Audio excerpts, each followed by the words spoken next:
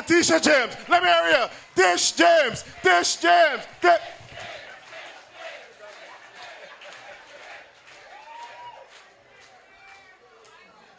Oh, sit down.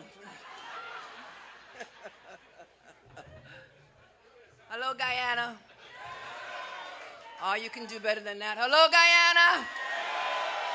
Let them hear you back in Guyana. Hello, Guyana. Let them know you will not tolerate racism. Hello, Guyana. Let them know you won't tolerate corruption. Hello, Guyana. Let them know that you believe in democracy. Hello, Guyana. Let them know that you believe in fair elections. Come on, Guyana. Let them hear you roar. I'll sit down.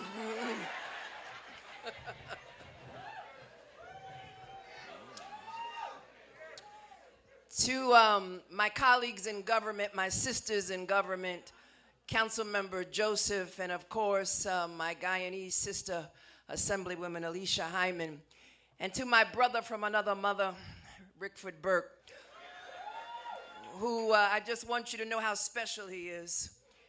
He calls all of us. He has all of the elected officials on a group email, a group text.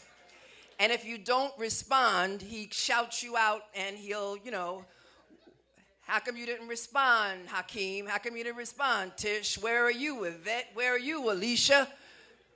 And this is what he does. And he keeps texting you until you respond. It's sort of like harassment, but it's okay. Because he and I go way back. I've known him for over 15, 20 years, and I consider him my brother from another mother. So give it up for Rickford Burke, who's truly a leader in this community, and I respect him. And the dais guests, and to all of you. Listen, like Councilmember Joseph, I came here to listen, but what I heard is very disturbing, extremely disturbing. And so my comments, I stand and reaffirm the comments of my brother, Congressmember Jeffries. The United States will not tolerate racism in Guyana or any other country.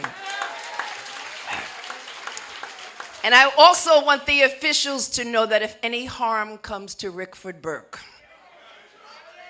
let me say that again. If any harm comes to Rickford Burke or anyone on this dais or anyone in this room, there'll have to be answers. We will immediately demand answers, and I can tell you that someone will be held accountable for those actions.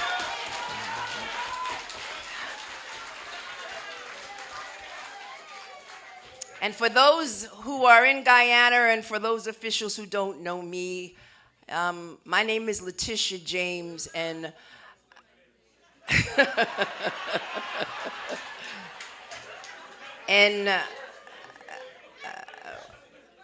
whether you're in the White House or the State House means nothing to me. I fear no one other than my God.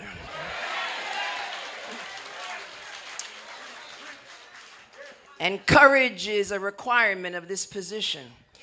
Every elected official requires courage and requires having a steel in your backbone. And so I believe in democratic institutions, and I believe that Guyana needs strong democratic institutions, and I will defend that. And I will abhor any discrimination or racism of any people, particularly people from the African diaspora.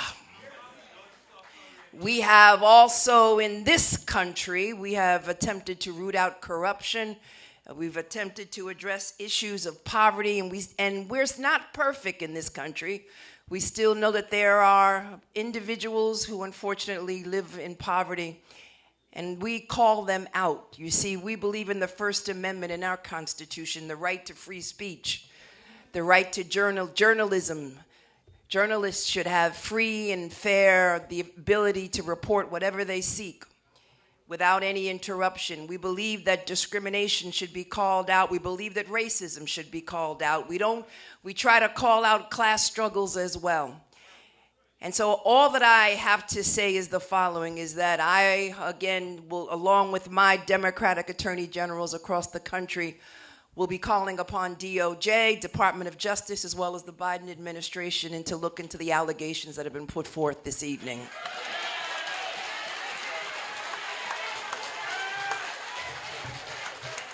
There are,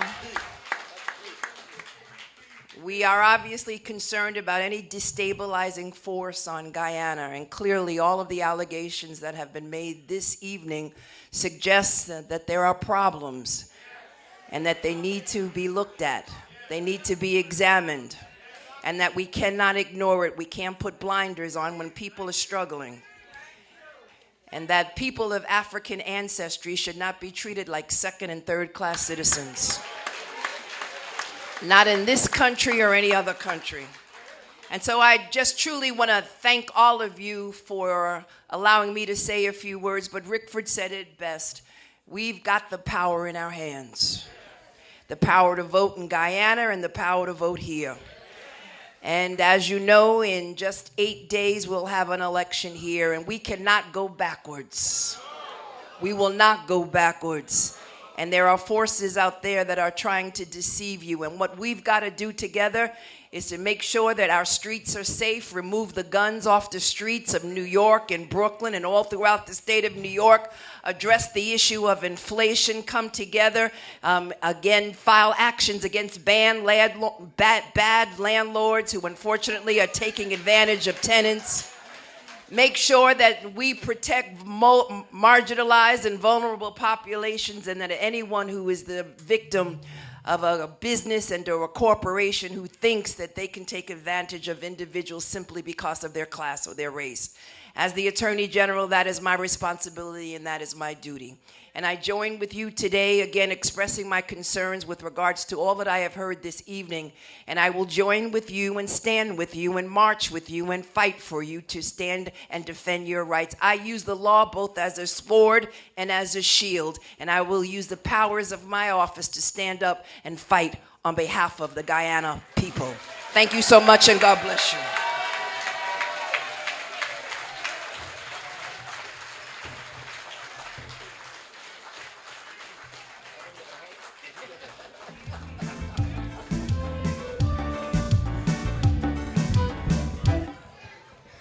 Folks, this was New York State Attorney General. Give her another round of applause.